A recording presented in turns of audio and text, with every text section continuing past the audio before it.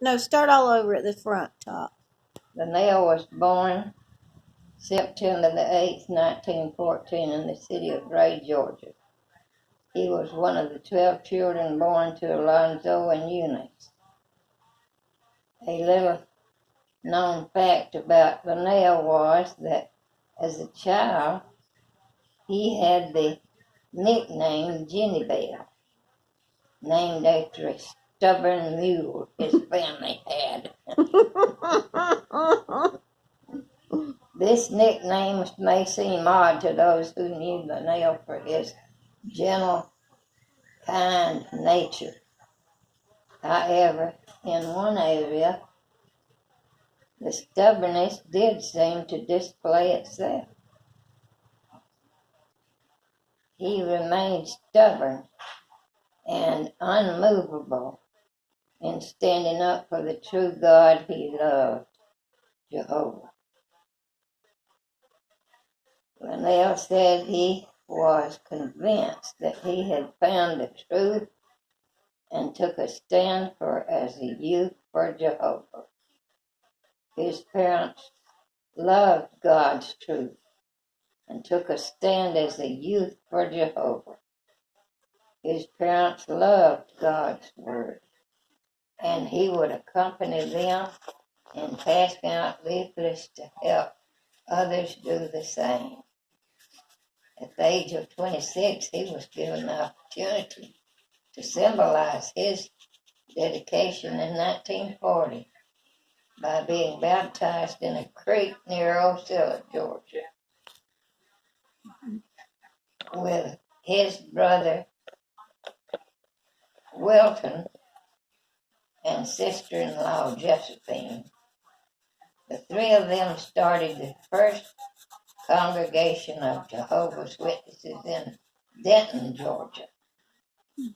However, his faith and loyalty to God's Word would continue to be tested. In 1941, for refusing to join the military, he was arrested and sent to Brunswick, Georgia. Luke Morgan, a wealthy man in Ray, when learning of the arrest, immediately drove to Brunswick. Upon his arrival, he wanted to know where the judge was. He was informed that he was at home sleeping. Mr. Morgan insisted be told the address where Judge lived. He arrived at the judge's house about 4 o'clock in the morning. Mr. Morgan explained there could not be found any poor people, any finer people. Mr. Morgan explained there could not be found any finer people than the Harper family. He hosted Bond and drove Linnell back to his home in Denton. Time 3 or 4 months passed before the trial, and Linnell was ordered to a prison in Tallahassee, Florida. He lacked 10 or 11 days in serving 2 years. He was imprisoned with 65 or 70 other loyal ones. He gave his first student talk in the newly formed Theocratic Ministry School while in prison.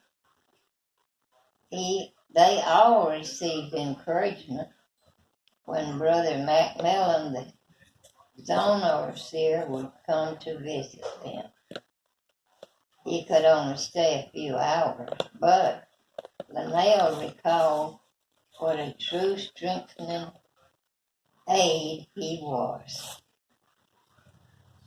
I hadn't read this before. Mm. At the age of 33, at the age of 33, he married his dear wife, Dorothy. Dorothy? That was Linnell, wasn't Who's Dorothy? it? Me. He married his dear wife, Dorothy, January the 3rd, 1948, in Cedartown, Georgia. He loved her and her zeal for serving Jehovah. They remained in the pioneer ministry for 2 years until their family started to expand. This union produced 5 children: Lorraine Endicott, Daniel Harper, Bonnie Law, Dottie Wise, and Heidi Letty. They had 12 grandchildren and 10 great-grandchildren. He expressed love and concern for them up to the very end.